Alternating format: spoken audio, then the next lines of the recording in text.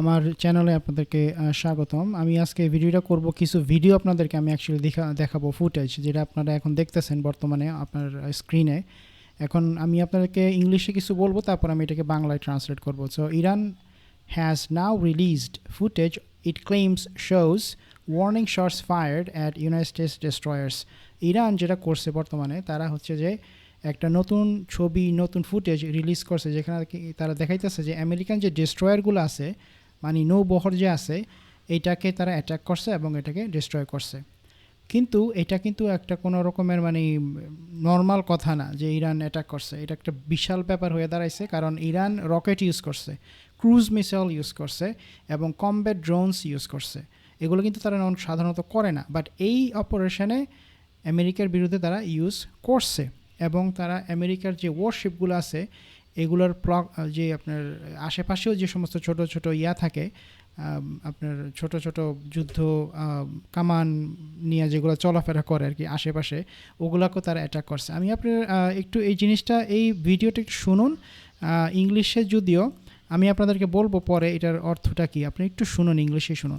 Naval forces locked on. That the failure of the United States government to fulfill its commitment in the negotiations, the Islamic Republic of Iran declares the Strait of Hormuz completely closed again. No vessel of any type or nationality is allowed to pass through the Strait of Hormuz.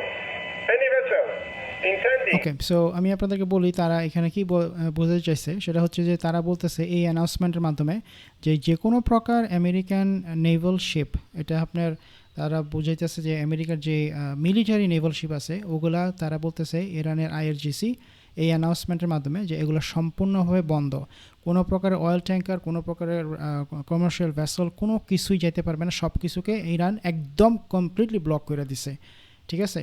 তো এখন এটা যেটা দাঁড়াইছে সেটা হচ্ছে যে আপনার Donald Trump বর্তমানে একটা কথা বলছে অ্যাকচুয়ালি গত কয়েক ঘন্টা আগে। সেটা হচ্ছে যে সে বলছে যে আমরা আর ইরানের সাথে নাইস হব না, ইরান যদি আমাদের কথা মতো না চলে তাহলে আমরা যুদ্ধে যাব, হ্যাঁ, War 2 will start।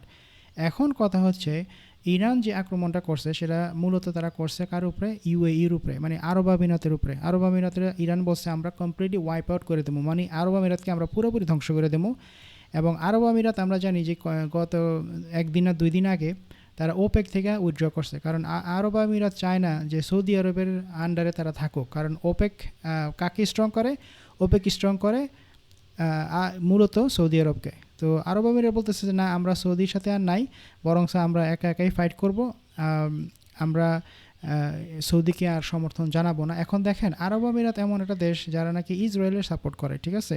তারা সৌদির থেকেও বেশি সাপোর্ট করে কাকে? ইসরায়েলকে, ইহুদিদেরকে। যে আপনার এই সমস্ত বিভেদ বিশাল আকারে ছড়াই পড়ছে এবং ইহুদিরা খুব সুন্দরভাবেই পারছে কিন্তু এই বিভেদটা করতে।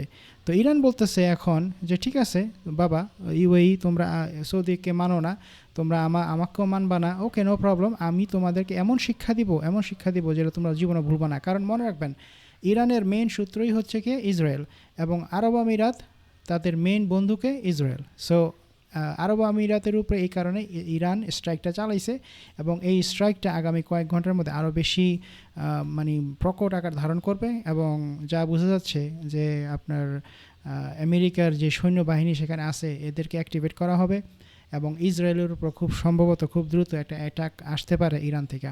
এবং আরব আমিরাত বলছে আমরা এই যুদ্ধে জড়ায় পড়বো, কারণ ইরান অলরেডি আমাদের অয়েল ফিল্ডে আক্রমণ করছে, আমাদের তেল ক্ষেত্রে আক্রমণ করছে। এটা কোনোভাবে আমরা মাইনে নেব না, আমরা শুধু রিটালিয়েটই করবো না, আমরা ইরানকে একদম ধ্বংস করে দেবো, এটা আরব আমিরাত বলছে। তো ইনশাল্লাহ আমি আপনাদেরকে আরও আপডেট দিব, বাট অবস্থা খুবই ভয়ানক বর্তমানে।